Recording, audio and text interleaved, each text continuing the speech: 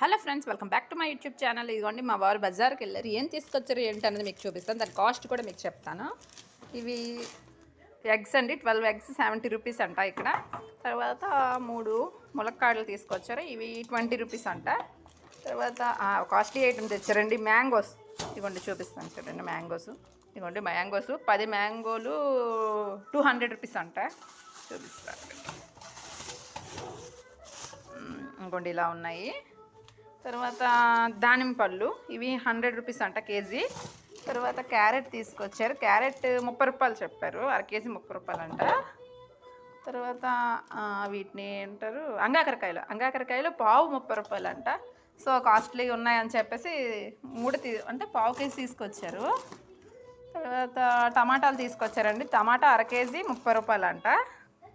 తర్వాత దొండకాయలు తెచ్చారు, దొండకాయలు ఏమో అర కేజీ 12 రూపాయలు అంట.